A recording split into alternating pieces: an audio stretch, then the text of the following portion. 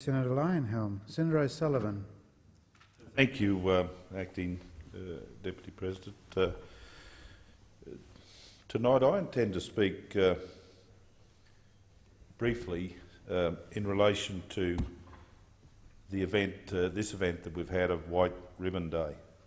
It's well known that a large part of my formative adult years was in the Queensland Police Service as a detective that took me through until my mid-30s. And during the course of that time, I had much exposure to events that involved direct and sometimes fatal violence on women and children, indeed young infants. And I can say for every police officer in the country, without even having to consult them, that these were the events that caused the most stress and angst amongst police officers, in the sense that they felt completely helpless in some situations to be able to assist the victims. The homicides amongst women are predominantly as a result of domestic violence, and unlike general homicides, if there's even such a thing, many of these events are foreseeable, in some instances predictable. Yet, in my adult lifetime, it would seem that we as a society in Australia have not found a way to protect these women and children, to take them out of harm's way, and indeed a way to remove the cowardly grubs who inflict these assaults and intimidation on women and put them where they cannot bring harm to them or anybody else. We spend a lot of time in this place arguing about this and that. We've had weeks now in relation to the very important issue of security with terrorism. We have devoted hundreds and hundreds and hundreds and hundreds of millions of dollars to the solutions, and I understand that. I support those decisions. They're important decisions for the security of our communities. Yet when we compare the number of victims of terrorism in our country to the number of victims of women and children,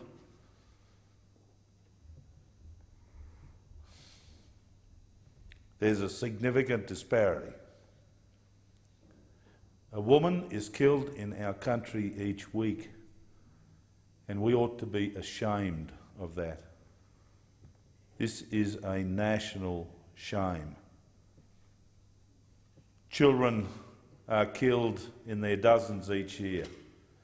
We all know of the tragic incident of a father returning to his 12-year-old son, killing him with a cricket bat.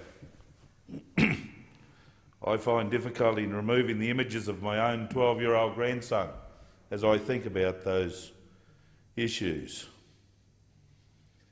If we want to talk about important things to this nation, then each day this place and the other place ought to talk about this before it talks about anything else. This government, my government, our government, and all the state governments have put their best foot forward in the last couple of days, but glossy brochures and good speeches and well-wishing, the best intentions will not save these women from this infliction, this constant infliction in their lives. I've spoken to children who have grown up in these households, and they talk about the constant nature. It is there always for them. They don't know whether to turn their radio on or not, whether their pillow was facing the right way on their bed or whether their bicycle downstairs.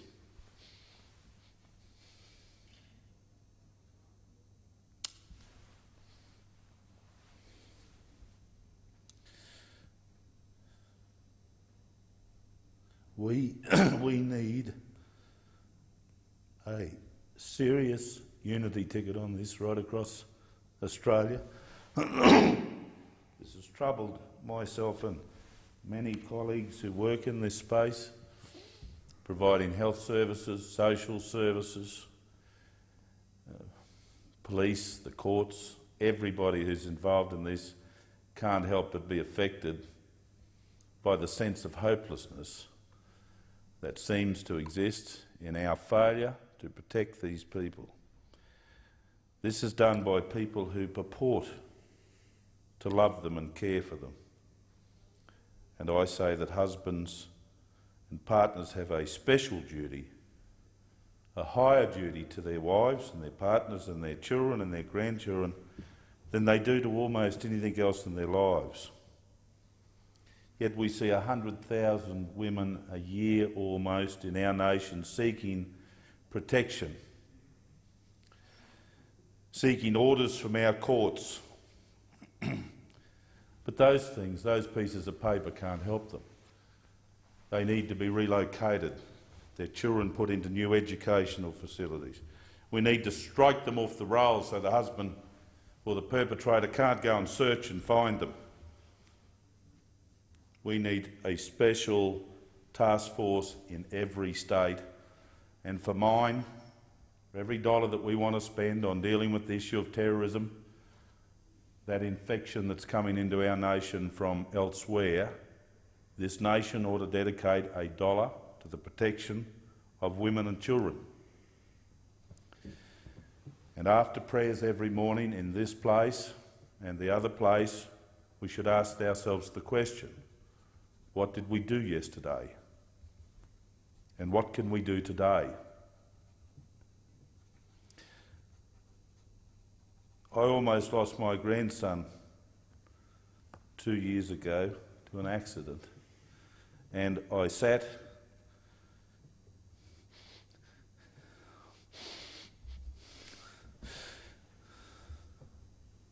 with a grandmother whose 15-year-old daughter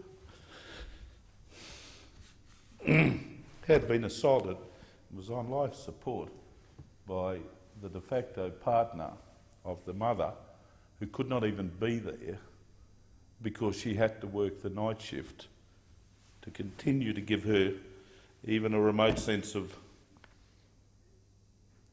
economic independence. So I say this,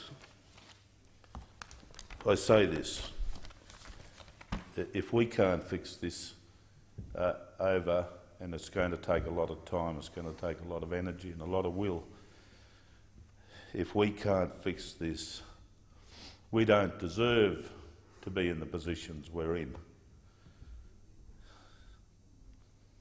And starting tomorrow, I intend to try and weave into every conversation that I have initiatives that might help here, because we simply cannot make one day a year the day to think about it. We have to think about it and do something about it every day.